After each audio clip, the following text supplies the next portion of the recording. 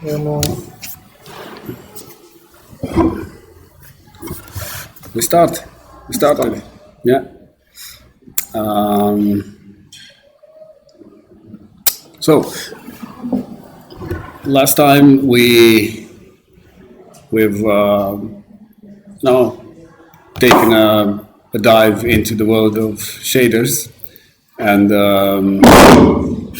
we kind of created a few shaders, like a surface shader that just glows red, and we even went to creating a screen space shader, which was blurring the scene or was doing contrast and brightness, just to prove that we have access to that. We have access to somehow to Unity's rendering pipeline, and we can take the output of the camera that's rendering and do something with it. That was our main entry point into the Unity's rendering pipeline, but this time I want to take it a little bit further and show you guys some techniques that will look weird in the beginning, but they're very powerful, and you'll see why in a moment. Let me start by presenting myself really quickly. I'm Alex, full name Alex Tudoran. You can find me on Facebook, everywhere. What am I doing in my free time, which is full time actually? I'm doing game development work, and I have three, let's say, brands I try to boot up. The first one is Fragnite Games, and probably you've seen a lot of movies with some crazy guy shooting robots and doing all sort of things. This should be a gaming company and focused on PC and consoles. There's another one, Destiny Squirrel, which is focused on mobile devices, like tablets, mobile phones, kind of casual games, not that big games as you would expect on a console or on a PC. But there's a third thing, and that's Omnisar Technologies, which is something I started last year, and this is basically the name under which I release stuff on the asset store, and in the making of my games there's a lot of technology that is being created, is being generated, and Omnisar is kind of the name that develops that technology and integrates it into the game and maybe provides it to other developers through the means of the asset store or through the Omnisar Technologies website. And here we go. Here we get to the main subject, the Unity rendering pipeline, which should have been pipelines, because Unity has more than one rendering pipeline, and it's normal because each pipeline tries to accommodate a certain hardware, tries to accommodate a certain technology and a certain use case. So they have a plenty of rendering pipelines that we can choose from, and let's set the scope of this presentation. Let's focus on, let's see which pipeline we're actually addressing in this presentation, because we're not going to cover all of them. This is, as far as I know, all the Unity rendering pipelines, and they're separated into categories. The first category is the built-in rendering pipelines, which are kind of embedded into Unity itself. You have the legacy vertex lit, you have the legacy deferred. Those, I'm not really sure who's even using those. at the moment, but maybe some old games may find the legacy vertex slit to be a very good performant pipeline to use. Legacy deferred, I cannot tell much about it, but I think it's like vertex slit, but it has a deferred path in which lighting is performed. And then we have the infamous forward and deferred rendering path that we can actually choose either from the project settings, or we can choose from from camera specific. If you want a certain camera to use a certain rendering pipeline, you can just go in Unity and select the pipeline. A thing that we cannot do with the following rendering pipelines: the lightweight rendering pipeline and the high definition rendering pipeline, because they are SRP based pipelines. And what that means is that Unity realized the fact that a developer might need a little more than is being offered currently in terms of how you can define a pipeline. The built-in pipeline obviously is already defined by the ones who have built it, so Unity technologies, but maybe you need your own pipeline. Maybe you need a pipeline that is so special, it has some volumetric effects that they scatter across the entire pipeline, and they become a solid part of the pipeline. So Unity created this SRP, so the scriptable rendering pipeline, in which you can definitely literally write the pipeline like step by step. Now I do lighting. Now I render geometry. Now I do the skybox. So they're very, very powerful, but unfortunately, they're not very known. We know about them since they have been introduced with Unity 2018, and the main demo for these was the Book of the Dead, which used the high definition rendering pipeline. And they showcase some technology that was not possible easily with the other rendering pipelines, like subsurface scattering or microfacet iridescence, which are effects that you can't really fake that easily. If you want to create a hand that is really showing subsurface scattering, you may use some components on the asset store, of course, but those just take the image, they blur it, they add some light, and they call it a day. But no, in the HD rendering pipeline, you're actually the light scattering is simulated through the geometry. So to the point where if you have a hand that has a certain a certain thickness, and you have a very, very strong light pointing into the hand, you would actually see the light scattered throughout the entire hand, and that's very powerful. It's one way step. It's a big step forward towards achieving even more realistic graphics. And they presented a lot of other stuff like deferred decals, and they have that multi-layered materials, which is interesting because in real life a material may have many layers. Think about a car surface where maybe the metal of the car is painted with some carbon, but on that carbon you have some sort of a glossiness layer, and you can do that very easily with the introduction of the lit shader, which is kind of the standard shader in the forward or deferred rendering path. But that was an overview about Unity rendering pipelines. What we're going to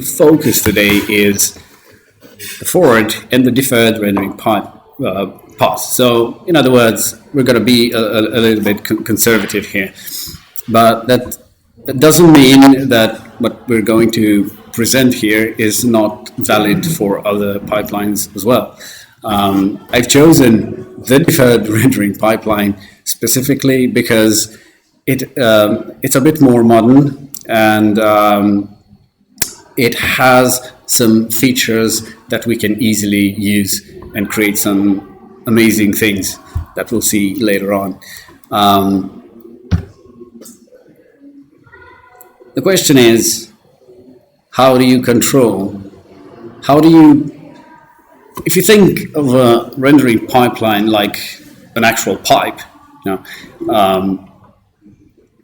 stuff goes in, perhaps what you've designed in the scene, stuff goes out as the final image that is being flipped on the screen. But what happens inside is kind of a closed door. It's kind of like a black box. And how can you intervene in certain points? Maybe you want to do something right after the skybox is being rendered. Maybe you want to do something right after the geometry is rendered. How do you do this? Well, you could drill into the pipe, but that comes with a lot of problems. You have to know how the pipeline is actually constructed. What's the metal? What's the materials? Do you drill in a point that is prone to blowing up the pipe? Maybe you need to work with the guys who actually created the pipe so that you have the schematics of the pipe. That is a metaphor for actually getting the rendering pipeline and modifying it yourself. But all this is intrusive. It's intrusive, and it's you branch to the normal pipeline. Something gets updated. You have to update in your own pipeline. That's not probably a very good way to go with it. And the only way we can actually easily hook into the pipeline is with on-render image. We're going to discuss a bit about that later on. Now I want to present a bit what is what does a pipeline do? So we know a rendering pipeline handles geometry rendering. It renders transparencies. It handles culling of objects that should not be rendered.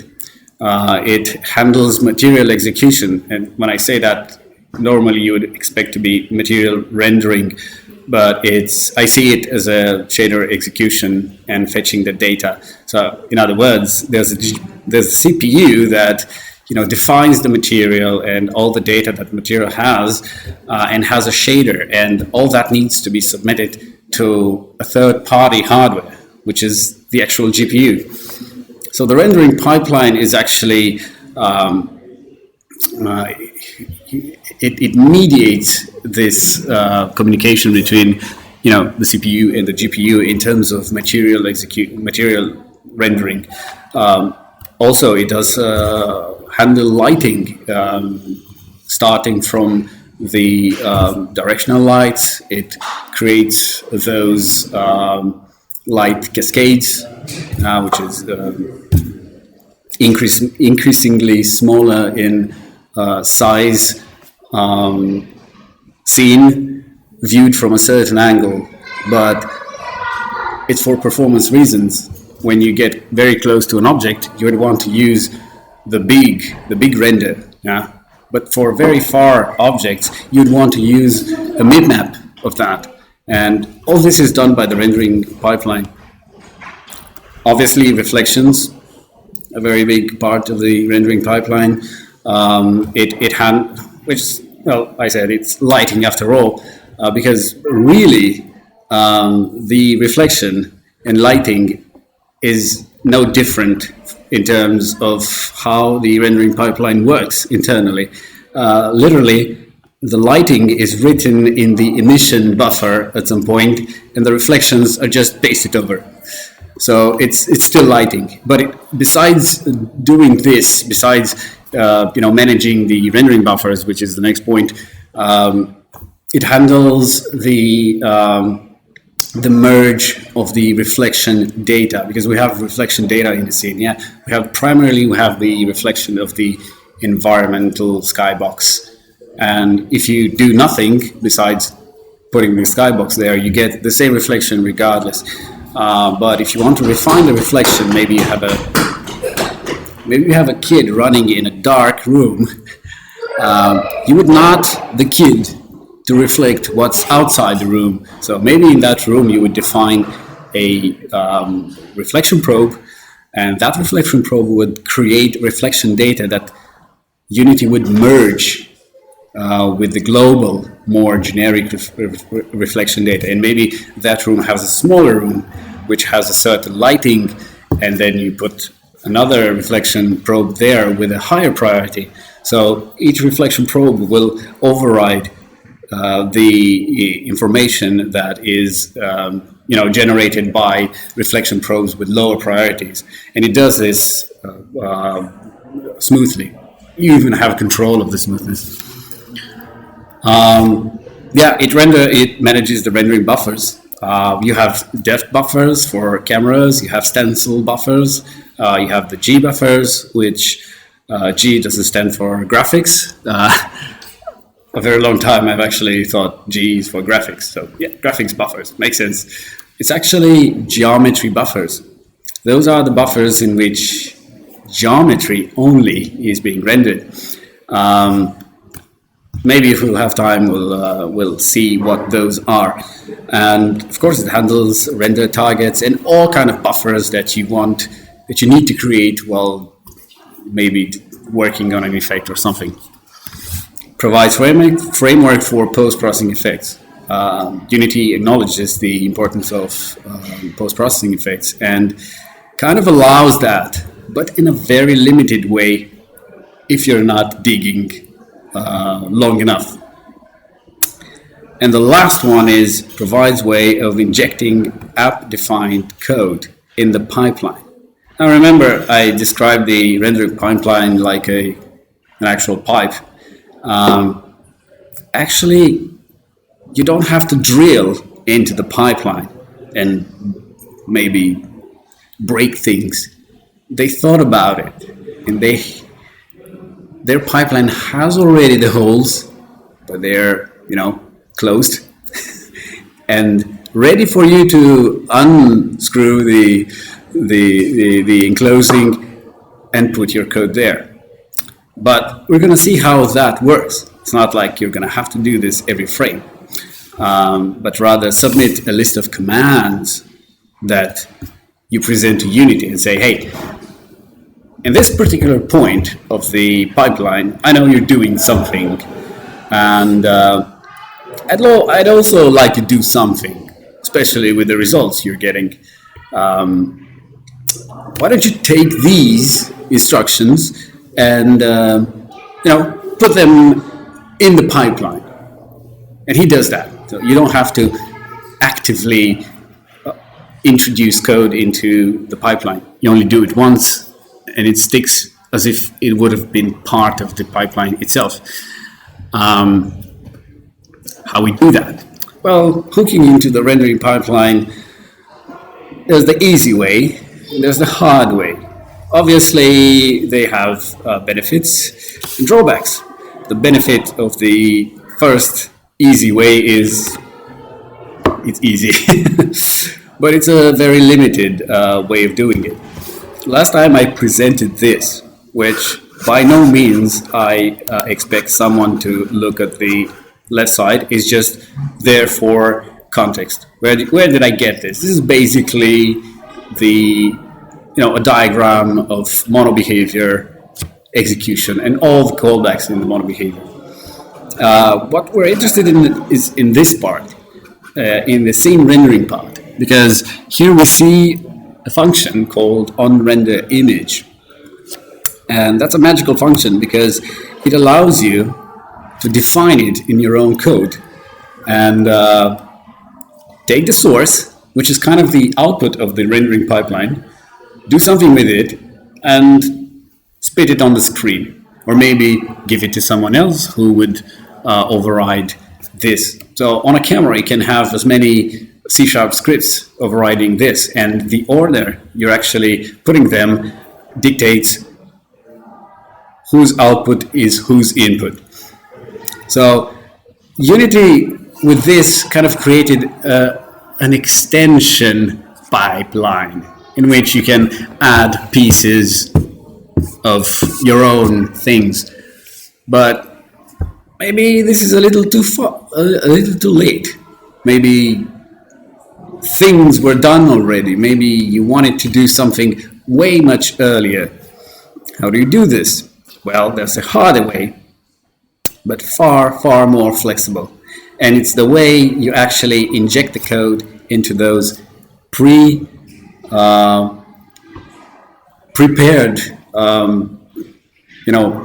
holes into the pipeline. This is how it looks. This is how the built-in rendering pipelines look. And I'm talking about, of course, the forward rendering and the deferred shading. There's no point in going on with what's happening here. The point is, it's a good overview, but it's a little bit cryptic. We have no idea what really happens. More than that, we know cameras have events, but when do they happen? Where is the after G buffer? I'm assuming here, but nobody tells me that. So you can use the frame debugger to get an idea of how Unity builds up a scene.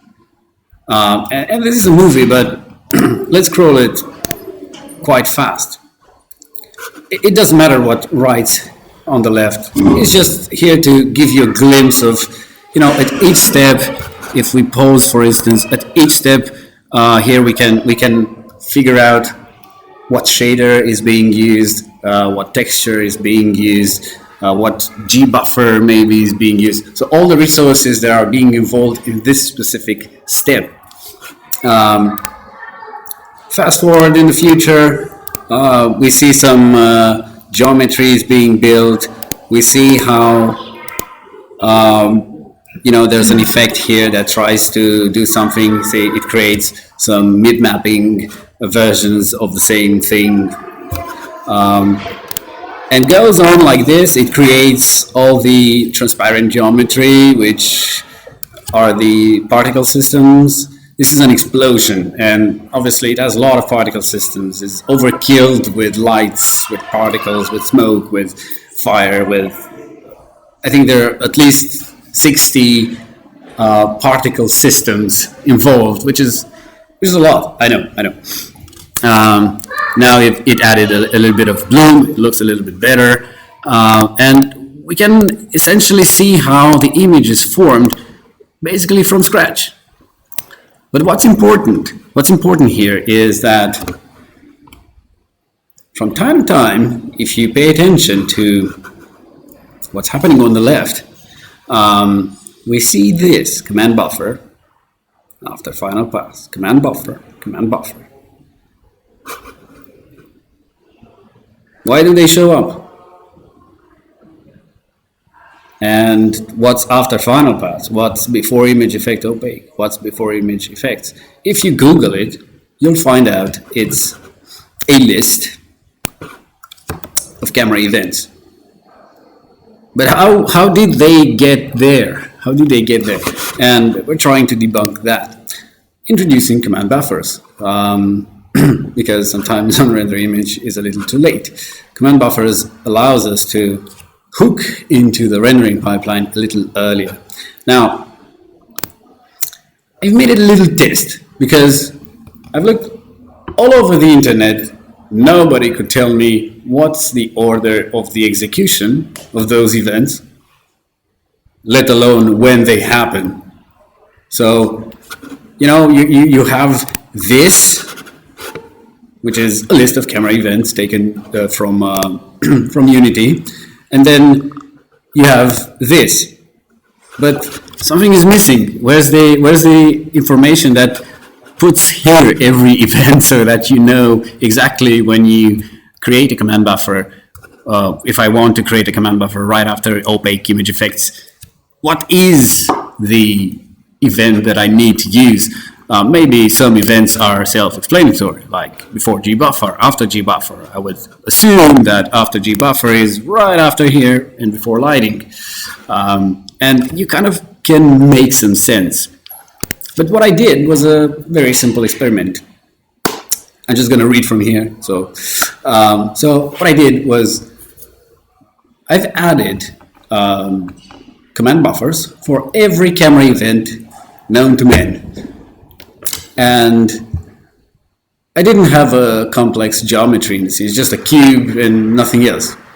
But I've added all these command buffers and open the frame debugger and let it run and see how the image is being created. And I was very surprised because all the command buffers with all the events, just like this, they were showing at specific points in the rendering pipeline. Yay! Then I figured this is what happens. Of course, this is a very small representation. Let's zoom it up a little bit. And there's no way of actually moving it up and down. But yeah, there is. So it all starts. Let's go from a very top bird's eye view. What's happening here is this is actually this, but refined with all that missing information. And what do I mean by that? Let's take, for instance, the deferred rendering. I was afraid this will happen. Doesn't it have a key where you can kind of drag the screen? Maybe if you can. No, it's not that. No, it's not. You're in edit mode. You're in edit. It doesn't matter. So this is the deferred rendering pipeline, and there's a common part in which both pipelines kind of merge, and that I call the common pipeline. You can try scrolling. Yeah. And if you hold Shift or Control Shift, I guess. It should scroll on horizontally. No, nah, it doesn't scroll. But yeah, it's fine like this. I can. No, it will just hide if you. Yeah. Okay, so if we take the deferred rendering pipeline, hopefully I'm getting it right. It all starts with before gbuffer. Things are cleared. A def buffer is cleared. Everything is prepared for rendering the opaque geometry. In the legend here, the green is application code. The orange is internal pipeline operation. The white grayish is a camera event, the ones that we are interested in, and we have some comments. But mostly, you look at this in the following way. Hey, I have before gbuffer, and according to the legend, this is a camera event. Okay, it means I can inject my code in before gbuffer with an API we'll see later. So this is kind of a cheat sheet for anyone who tries to hook into the rendering pipeline at any given point. You can hook before gbuffer. So before rendering the opaque geometry, you can hook right after rendering the opaque geometry with after gbuffer. You can hook right before reflection or after reflection, and so on. And this diagram does not only give you the order of the execution, but also their place in the context of internals operations of the pipelines, which is a strong asset to have. Actually, I've posted this on Facebook a few days ago, and it was like 300 likes and 50 shares. People were like, "Yeah, thank you. It's very useful," because I bet many people were in my position where they thought, hey, I need to do this here, but Is this the best place to? yeah, this is the place best, and what's happening before, what's happening after? You're kind of in a black area. So yeah, take this, and if you're like me and do special effects, this will be very, very, very useful. Just to let you know how late you can be, the on-render image executes about after image. Yes, in before image effects or in after image. No, in render image effects. That's being called. So, looking this globally, you're so late at the party. You're lost a lot of stuff. Last time I described a bit the rendering pipeline and the fact that the skybox is rendered after the geometry, and Alex was looking at me like, huh? And I was looking at him like, yeah, I know, it's weird, right? You would expect the skybox to be rendered first and then everything goes on.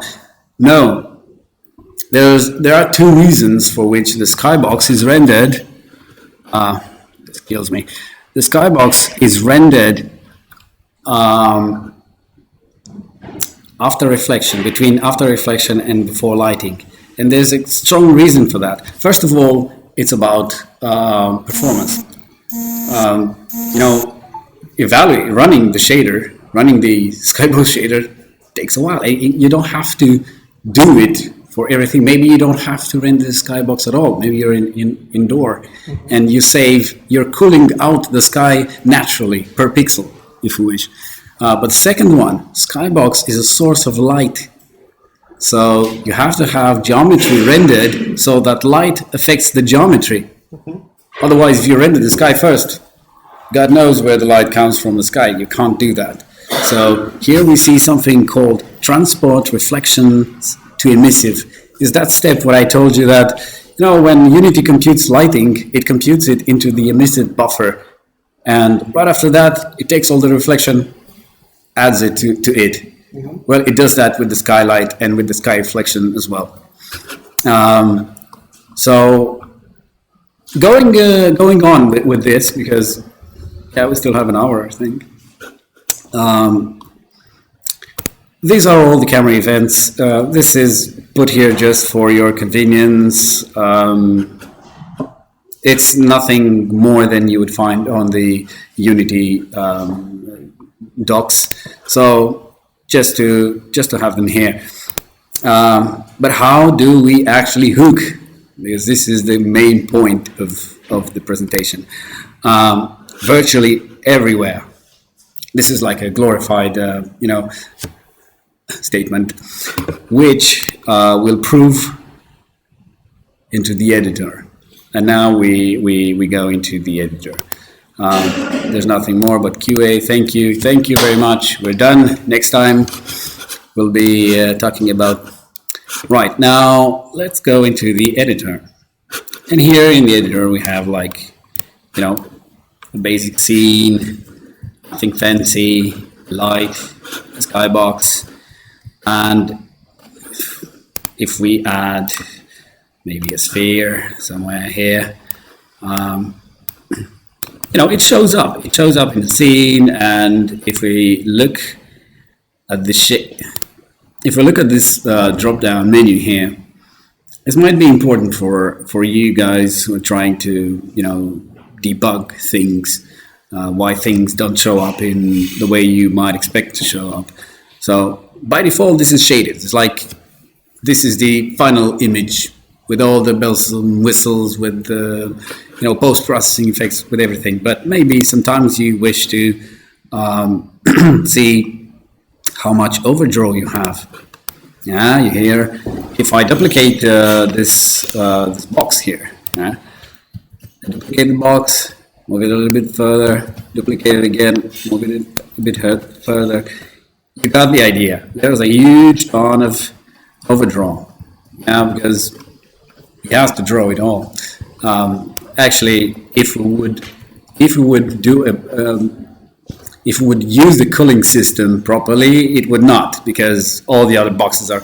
But that's not the point. The point is, these are buffers that, maybe not buffers, but these are views, debug views that you can use to maybe locate something. If you have something like glowing red, glowing orange, then you'd better go there and fix that, because that's an insane amount of draw calls, and that will definitely slow down your thing. Something else I usually look at is the albedo. Sometimes when you have dark scenes, it's very hard to get a sense of what's the raw color of an object. So if you go into the albedo, it doesn't matter. The lights, they just go off. You're looking into the G buffer, the first G buffer, which is the albedo, which is called the diffuse. And in the diffuse, it encodes the diffuse color in RGB components, and the alpha component is holding something called occlusion. I bet, my best guess is that occlusion is used for sky rendering, is essentially occluding what parts of the sky needs to be occluded. What do we have here? Specular. We don't have much specularity here, but yeah, this apparently is a very specular object. And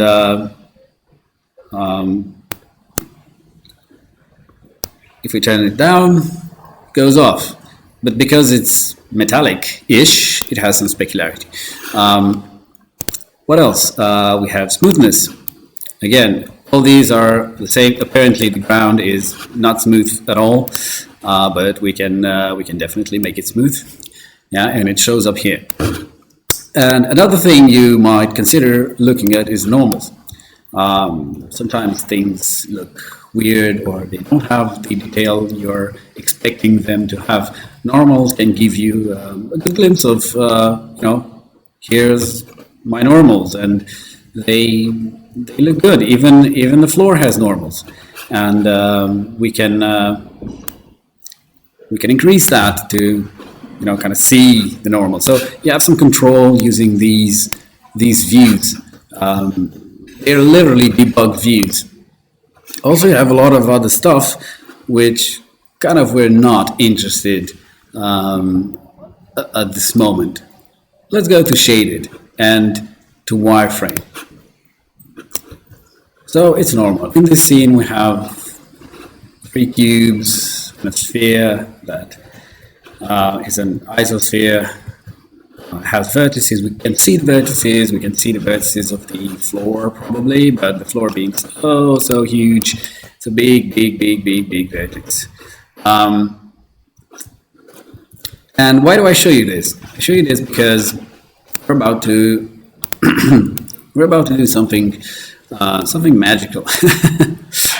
I know it sounds crazy, but this is a clean scene, right? In which it's kind of a starting point for every tutorial / presentation I do. But that's why it sits in the common part. But also there's, in the Hacking Unity RP, which is today's tutorial, I prepared a scene that looks like this. You must have think, well, this guy has a lot of time on his hands, putting these cubes here like crazy, and he puts lights. It has, what is that light? Yeah, that's a light. It has point lights. Where's that point light? Right here. We can increase the range and the intensity, and watch what happens. The cubes respond to light. Now, why is this important? And why am I showing you this? Remember in the last scene where I showed you the wireframe? Now watch this. If I kill all the geometry in the scene, what do you think it will happen? the cubes stay. But they respond to light, obviously. Why is this happening? Not only they respond to light, but they interact with the actual geometry. Yet, if we debug this, They're not there. it's only this. There's no cube anywhere. So we've magically created a scene that is almost infinite in complexity. These cubes extend just infinitely to the left, right, top, bottom. They're actually interacting with the scene objects and with lights, which is amazing. Not only they do this, if we go to the camera, we can see they interact with anti-aliasing, which is hard to see, but look at the screen space ambient occlusion, reflection. They even reflect things that are in the scene. Like this one is a scene object and is being reflected by that cube. What else do we have in the camera to make it? We have color grading, which is that lame effect we've created last time with interpolator A and B, and they respond to that as well. What else? Of course, that color grading thing, oddity, we've created like a strong contrast. They're subject to that. They're even taken account in depth of field, which is pretty damn amazing if you ask me, because you don't have this much geometry in the scene. You know what that means? It means no overdraw. Although your scene is full of stuff, you have no overdraw on this. Let's go back to the game. I think I have and look at it. They just respond to every effect you throw at them. Bloody hell, they even have ambient occlusion on that. What else? Lens aberration, bloom, tone mapping. Yeah, this is what was missing. Color grading, all the best bells and whistles. How is this done? It's done using command buffers. And actually, what this geometry is a single quad that is being drawn on the screen. That renders is like projecting on top of what Unity does, projecting your own geometry, but it's not just a naive projection as you would do in on-render image, where you take that content, maybe you have access to the depth buffer, and then you do some, depth intersection. But you can't possibly do lighting with this. This here actually responds to light. And let me show you something. Let's leave it like this. And I need to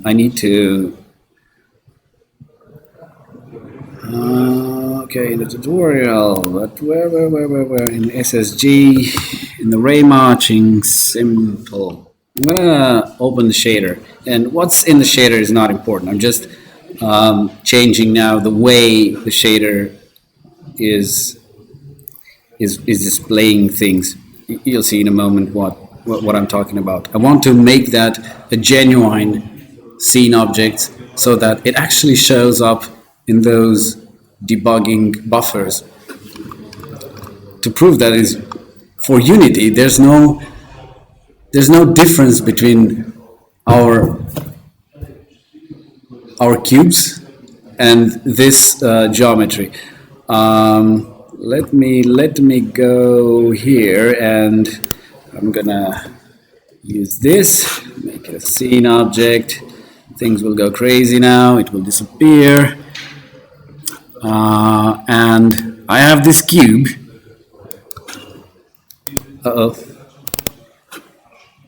And the shader error.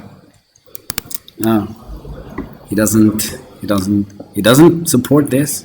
Are you serious? Anyway, equals vertex.w. Sorry for this. This worked on the other machine, but yeah, for some reason it doesn't work here. So hopefully it goes away, but it doesn't. Okay, then screw it. I'm not going to do it like this. Hey, don't break on me right now, man. There's nothing here. I'm not sure what he's into here. I'm pretty sure I'm missing something, but I ain't got time to do that. It went away. This whole effect is this. And if we take a look here at the command buffers of the camera, this is where we can make sure our command buffer was registered in that specific point in the rendering pipeline. I've chosen before gbuffer. Why? I've chosen before gbuffer because I want to draw my geometry as if the scene is empty, and then Unity will come and draw its geometry, but because there is already geometry in the gbuffers, he will do depth intersection, he will do all these things. More than that, remember, before gbuffer is very, very, very early in the pipeline. It's somewhere. It's right at the start. It's right at the start. Yeah, before gbuffer. That allows me to be not before anyone else at the party, basically. But you would say, okay, now this is still a post-processing effect. Yes, but look what happens if I move it. It's position agnostic because it doesn't use on-render image. It doesn't care what happens at the end of the rendering pipeline. His job is to submit a list of instructions, a list of commands, a buffer of commands, hence a command buffer, to the camera and say, hey, when you get to that event in your normal flow of data and execution, do this for me first. And he does it. And one way to understand whether things are working or not is to look here. Sometimes it may or may not go there. For instance, if I remove them all, bad things will happen. Yeah, it just went off. Now probably if I if I go back and add it, it goes back, which is again, I'm going to do it. I removed it, and that's just because in on enable I said, hey, in on enable, please add my command buffer. In fact, now in on enable I set the command, I set the camera event I want to target, which is before command buffer. I just remembered, because I saw in the code, that I do this, I add the command buffer in on pre-render. If we take a look back at the presentation, many slides,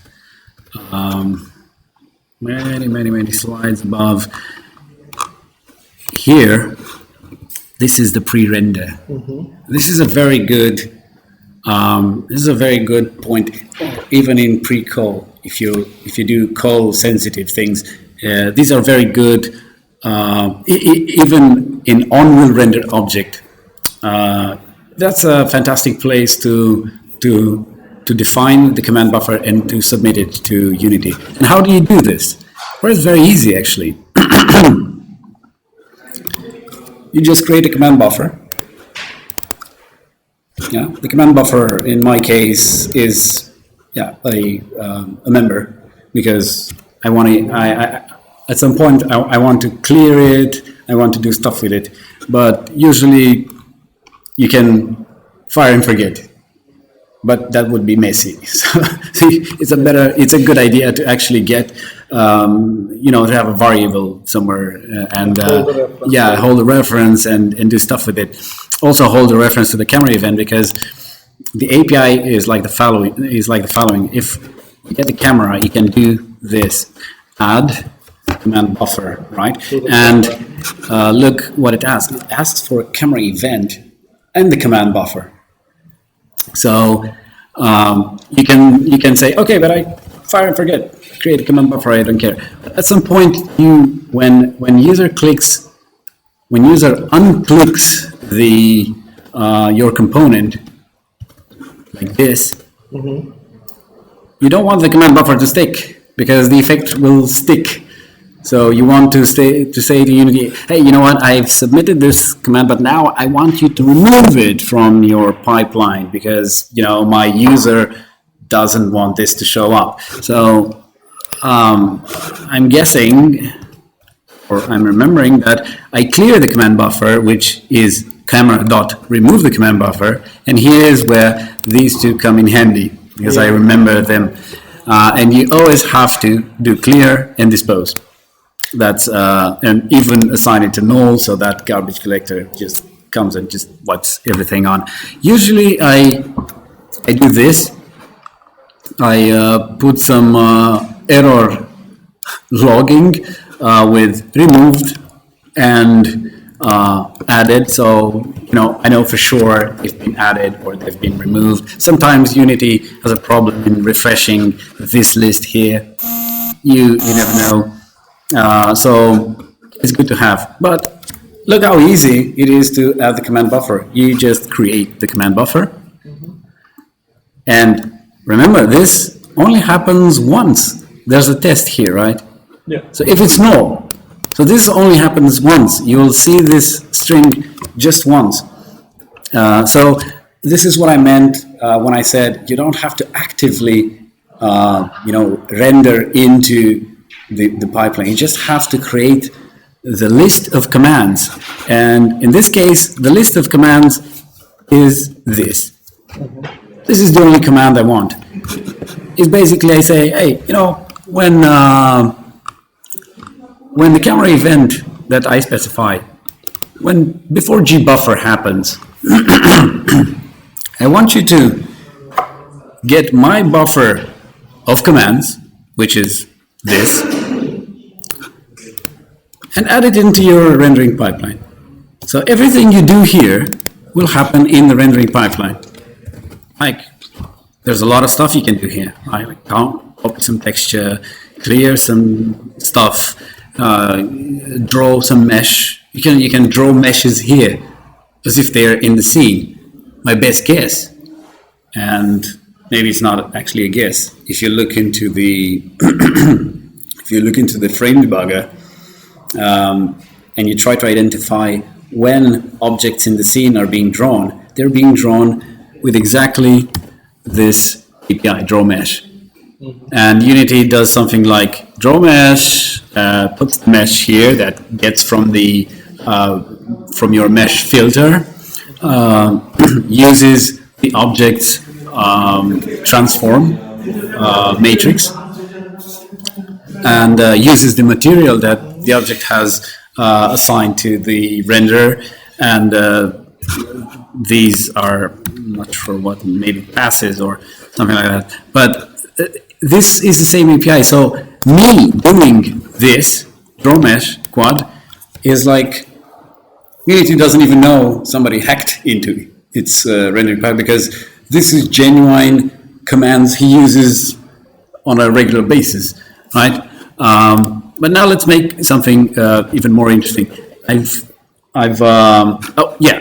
after you do all this, you fill up the command buffer. Obviously, you have to add it to the camera.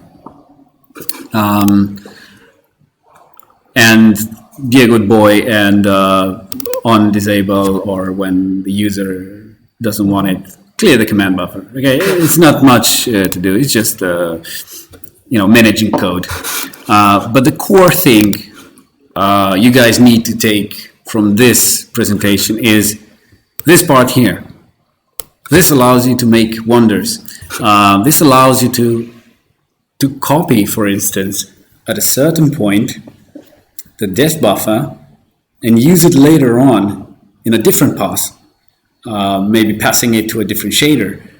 You can copy the the depth buffer, you have it in Unity, you have it in a shader already with the shader API, but maybe you need to copy the entire screen buffer that exists at that moment in time. For instance, a use case for that is where you place yourself, let's see, right before lighting.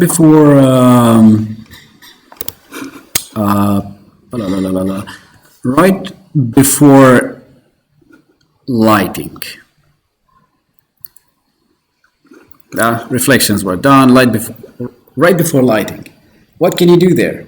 You can alter the emission. You can write into the emission buffer and essentially create your light. You can generate light. So this is actually how Unity renders lights. It writes into an emission buffer. It's nothing special about it. They just render geometry into the emission buffer, but the emission buffer is the one that the pixels, the intensity of the pixels is actually lighting data that will be used further in the scene. So what I wanted to show you, let's clear this stuff up. Let's disable this effect. Say removed from. That's not an error. That's my message, just to check that, hey, it added and it removed, it added and it removed. Yeah, and that's a log that tells me, hey, it's fine, it's fine. Usually I comment them out, but for the sake of this demo, let's leave it.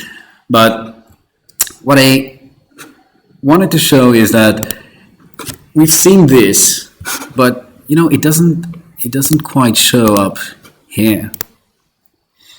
Yeah, it doesn't quite show up here. And maybe you want it to show up here. What you can do is give Unity the illusion that you no longer use command buffers, first of all. So you give Unity the illusion that he's rendering a genuine scene object, but that genuine scene object has a crazy shader that renders an entire scene. Let me show you how. So let's remove this cube. Let's create a new one, right? And first of all, let's disable this effect. Okay, so now we have a pretty clean scene with just handmade, designed geometry.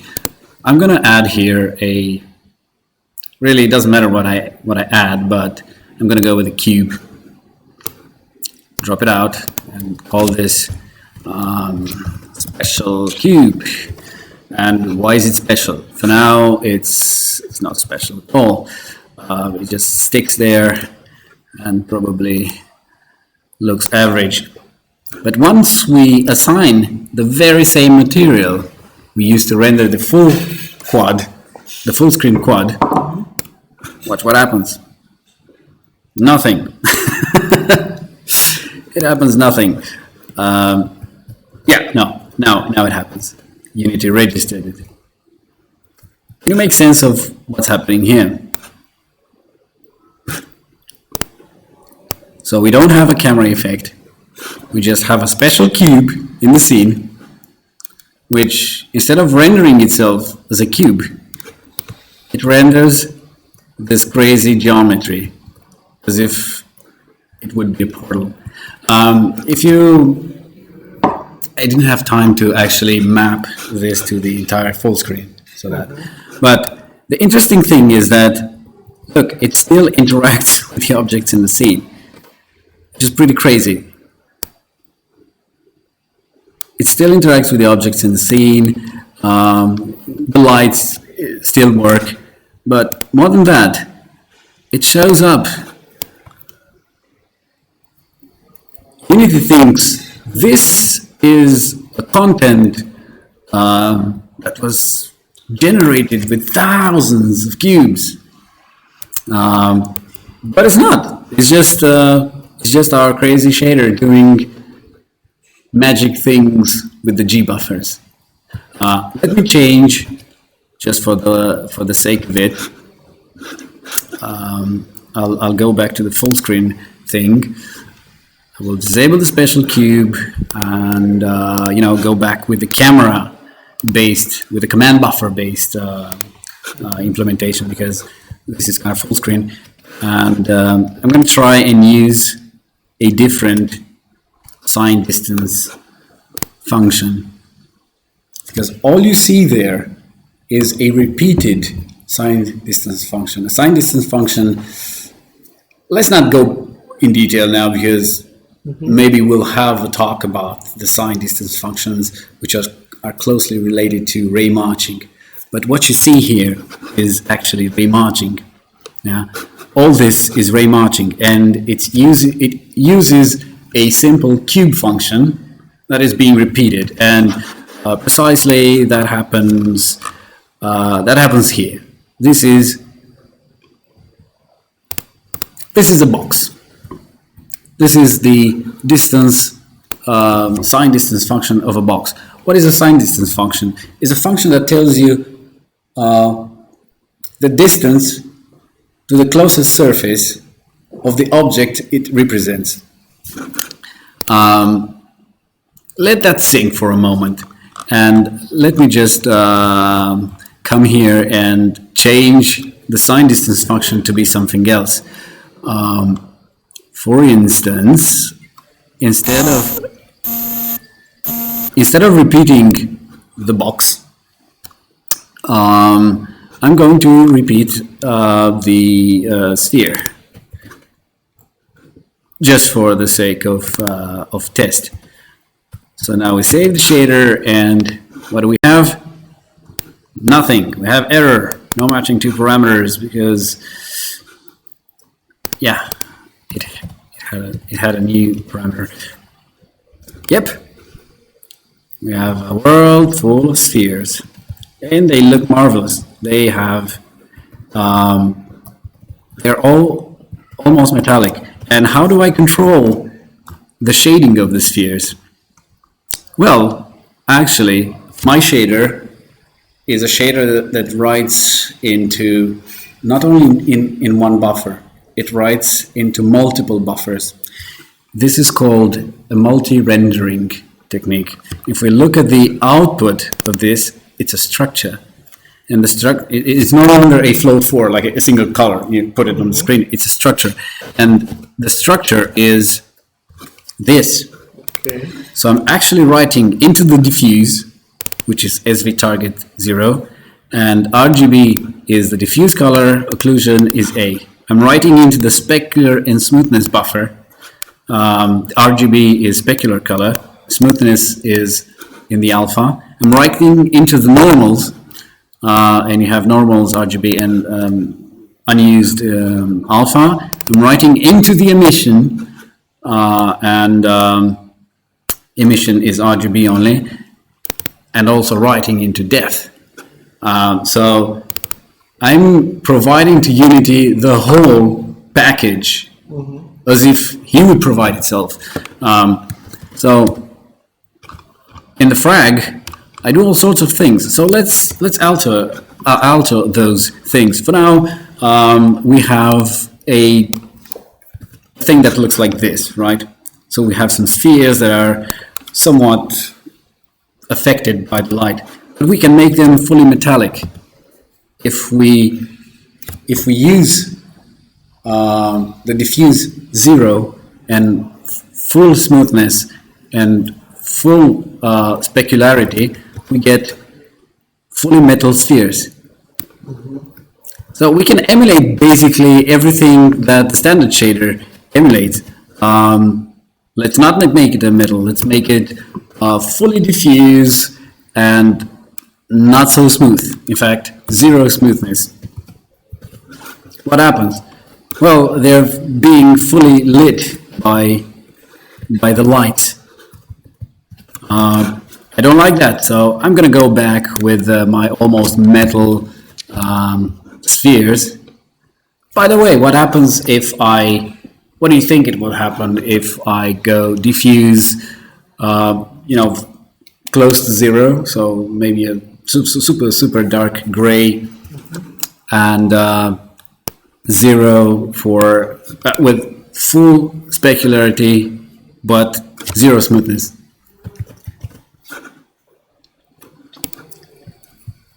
They didn't change much, but they're metal essentially now. A bit of metal. In fact, the standard shader, we have all sorts of PBR controls. We can control the roughness, the metallicity. Well, actually, in the way Unity works, there's no difference between metals and non-metals. The difference between metals and non-metals is done by hacking these values. So, for instance, if we want to create a material that's completely non-metal and it's somewhat diffuse, but not very lit, and doesn't receive specularity, zero specularity, this will be pretty flat, right? It's flat. It doesn't even reflect anything. Now let's make it fully glossy so that we see reflection in it. Multiplied by 2, just go overboard. You see? Mm-hmm.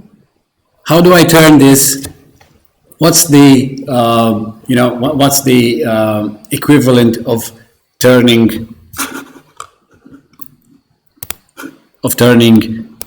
metallic into non-metallic? It's just the amount of diffuse. That's it. Mm-hmm. If you have you have an intensely diffused material, like if I put 0.9 here, it's very diffuse, and also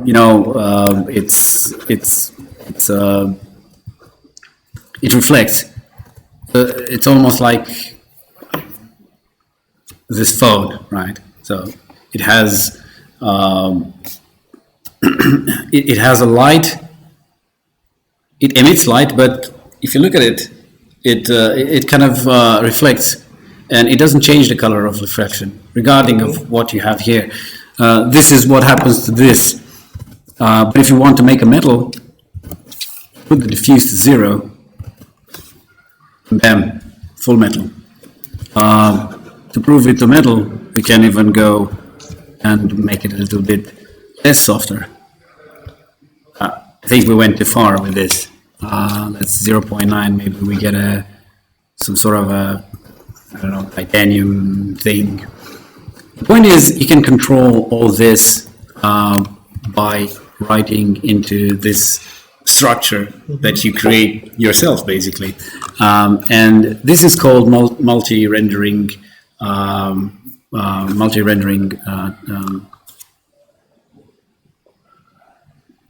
MRT, multi-rendering target, and it has to be supported by the hardware. Some hardwares will not, and if you want your fragment to not render and to fall back on something else when this is not supported, you have to do something like pragma multi render. No, it's no MRT. So if this hardware doesn't support, it will not render. It will go on some other fallback paths you may have in your shader. Also, the shader is rendered in the opaque queue when we're not controlling and when we're actually assigning the material on an object. He's being rendered in the opaque queue, so in the geometry. We disable the batching. We don't want to mess with the batching here. And look at this. We want to draw a little later than geometry, but before, and that's when you actually assign the material on an object and put it in the scene as I did with the special cube. But when you do, but when you render this with command buffers, like we're doing now, this doesn't really matter because you're choosing where you place yourself into the rendering pipeline. But I wanted to do something nice, maybe as an ending thing. What do I want to do here? Let's lift this a bit. Let's not make it quite fully metallic. Let's give it a bit of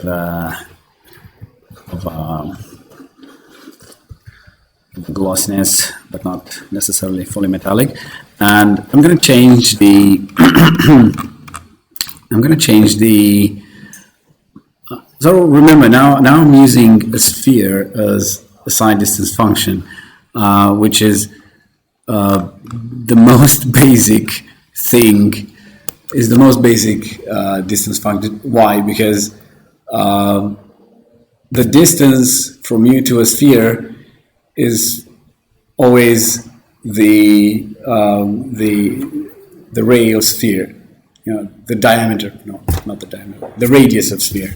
And basically, this function will be 0 when you're actually on the sphere surface. It will be negative if you're in the sphere, and you have to stop the ray marching. This is how things work. But let me enable some a bit more complex geometry just to show you what you can do with this.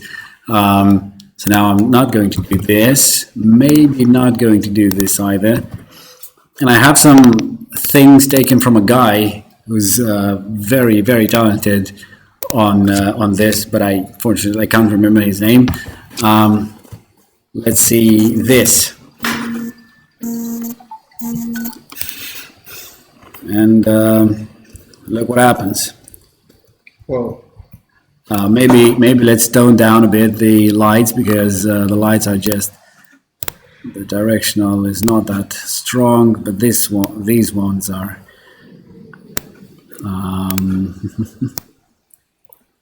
Okay.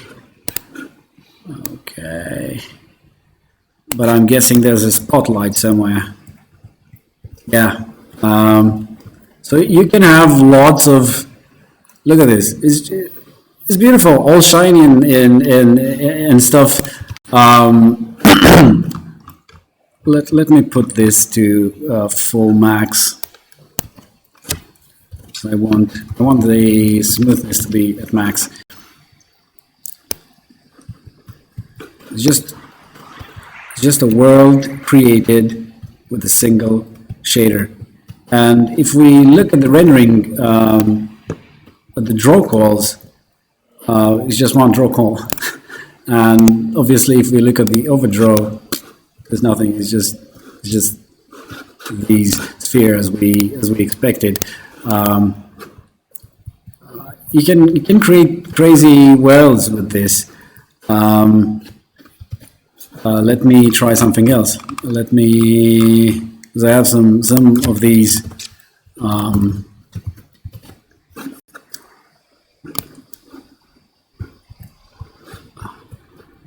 Look at this. It's just crazy. It's like a.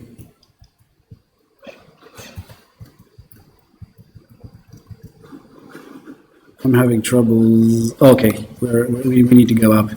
Okay, we need to go up and look at this. It reflects all the sphere. It's amazing the way it actually interacts with the scene, and the depth buffer is okay with it. The specularity is okay with it. Everyone is okay with it, actually. Maybe give up a bit of this metallicity so we can see the colors a little bit better. Maybe instead of this, let's go with 0.2 and maybe turn it up a little bit here. So that is being affected by the light a little bit better. And look, this is where the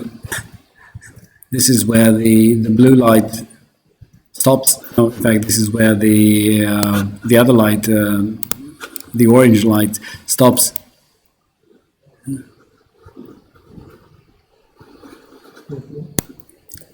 Intensity, it works. And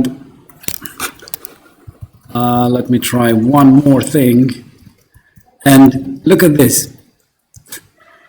This is screen space reflection from the camera. And it's amazing, it actually works.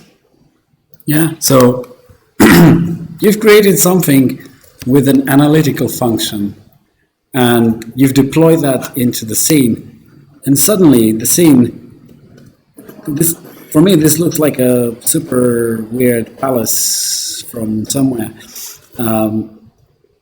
Of course, we get no sense of where we are because this extends infinitely, but you can actually cull it to be just a single part, or maybe to...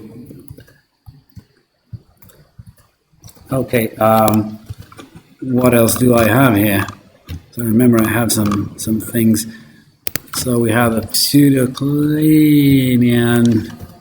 I don't know where this guy came with his names. And, oh yeah.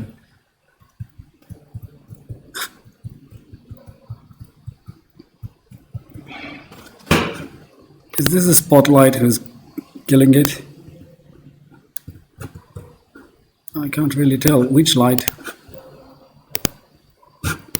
Okay, let's just leave the spotlight. So, you see, it's organic geometry, but in the geometry buffers. This has, if you get close, if you get very close to this, if you get very, very, very close to this, you will not see squares. Because this is analytical. This is generated with continuous functions, as opposed to a discrete function, which is a polygon. There are no polygons here.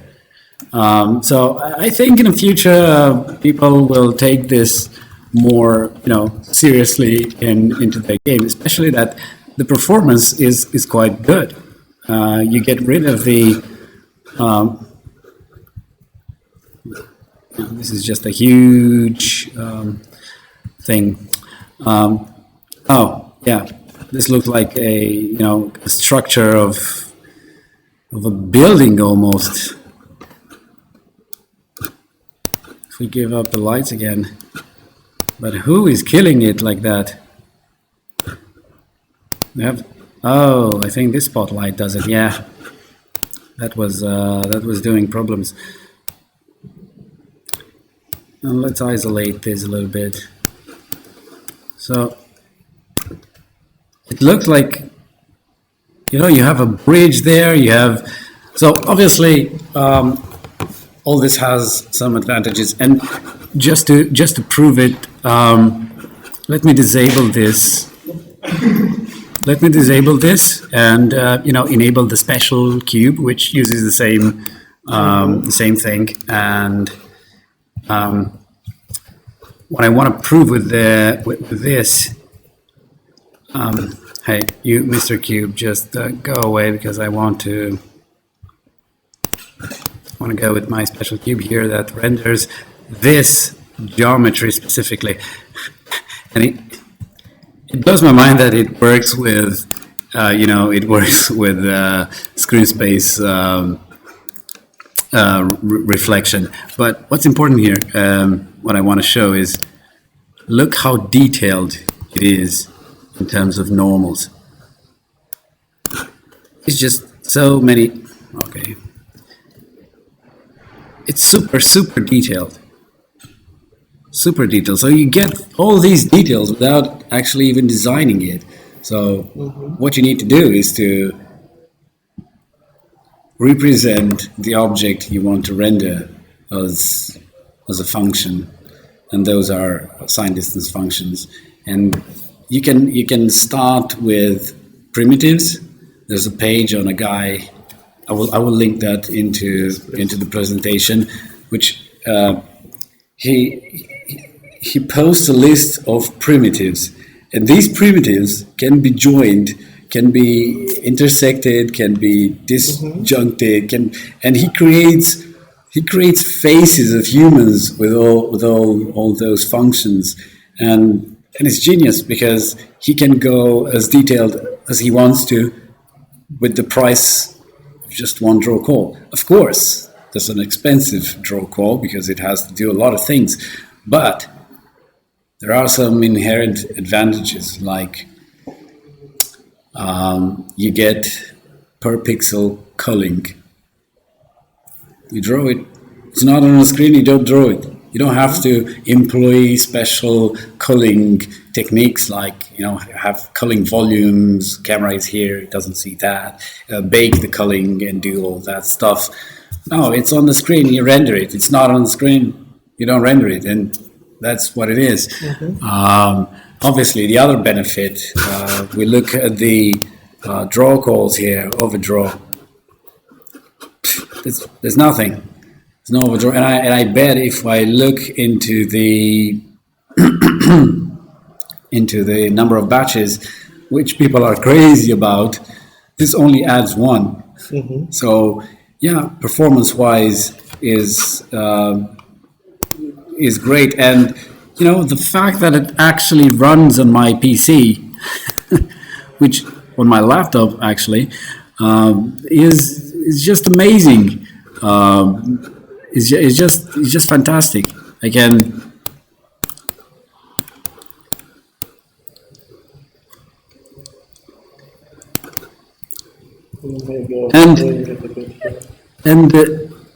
And my PCs, I mean, I have an Intel 600, and maybe a little bit too bloomish. And let's get the depth of field off.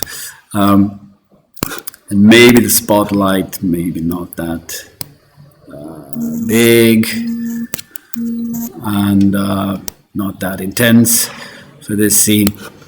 But look, it just works. And my PC is, if I would have to deploy this geometry in the scene, I'm pretty sure I would go into some trouble.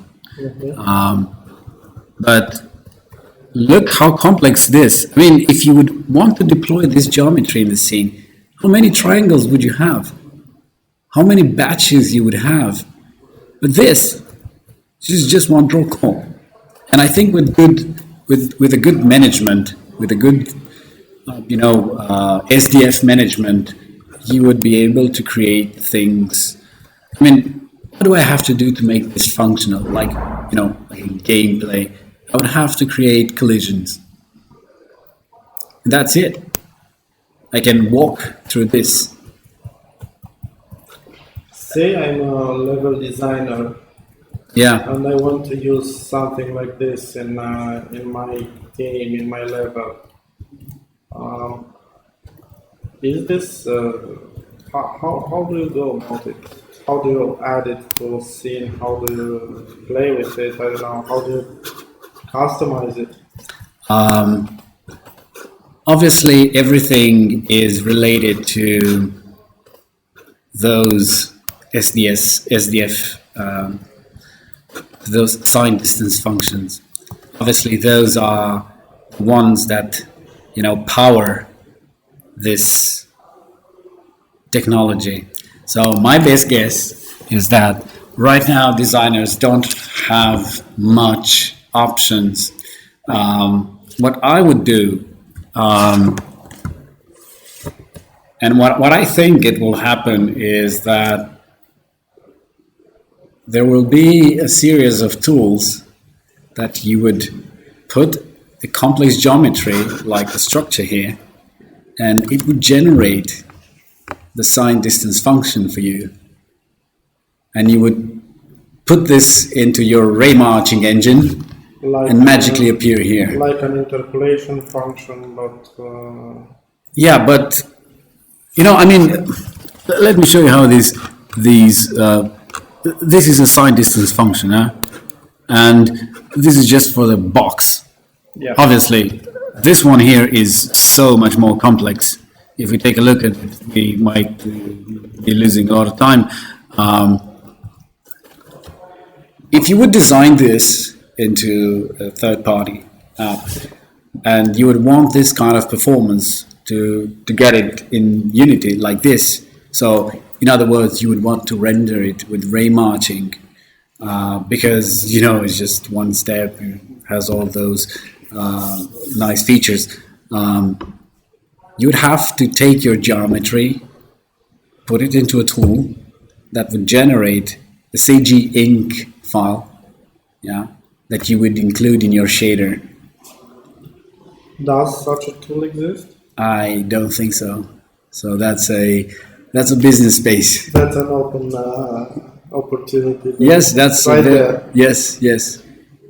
So since there are those primitives, and you can basically do a lot of stuff, I'm pretty sure someone will eventually create an SDF generator, if not exists already. Yeah. Nice. I think that's it for today. We have 5 minutes. I'm not sure if we have questions. No, we don't. No wonder there. Other than what I already asked. Okay. That's pretty amazing. Yeah, I've actually have at my PC. I think I showed that. Look there. There's ambient occlusion happening there. I mean, it's fantastic. It's so. Do I have? Yeah. Yep. Yes. It just works. The ambient occlusion, screen space reflection. Bam! It works. Ambient occlusion. What else? Color grading. Yeah. Well, our blurry thing. But I like the depth of field. I like the walk here, and yeah, you know what? Depth of field. Yeah, maybe I need to set the the depth to be a bit more. That's a bit too. The focus plane to be a little bit more further away. But yeah, I think we got the point with this. Mhm. It's a genuine object geometry. It's a genuine geometry to Unity. It can't tell that it's not. And the good point is, if you would have this geometry in the scene, a lot of things would happen, starting with all those vertices. They will have to call the vertex shader, which is not very complex, but it's a lot of vertex shader calls, right? Yeah. And then it would have to interpolate when it will call you the pixel shaders. What else? LODs. Oh, we have a problem with LODs. Do we have a problem with this? No. Let me different. Oh, it just goes naturally. It depends on your. It depends on how you make the ray marching. But being a continuous function, because those are float. Mm-hmm. Input float, output float, continuous functions. They represent the space in a continuous way rather than in a discrete way. So because it's continuous, it can stretch no matter how you want. You can stretch it a lot or or only a little. So yeah, I hope somebody will find this useful. At least the command buffer part, which allows you to just hack into the rendering pipeline at any given point you possibly wish. And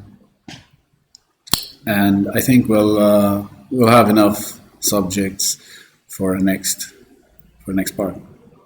Maybe my plan is to go into ray marching, because I've been asked by a lot of people a lot. Yeah. This ray marching does a lot of things. I need to learn it. People are building oceans with ray marching, are building volumetric fog, volumetric, good-looking clouds. I need to learn about it. Yeah, It will come. Okay. It will come. So Okay.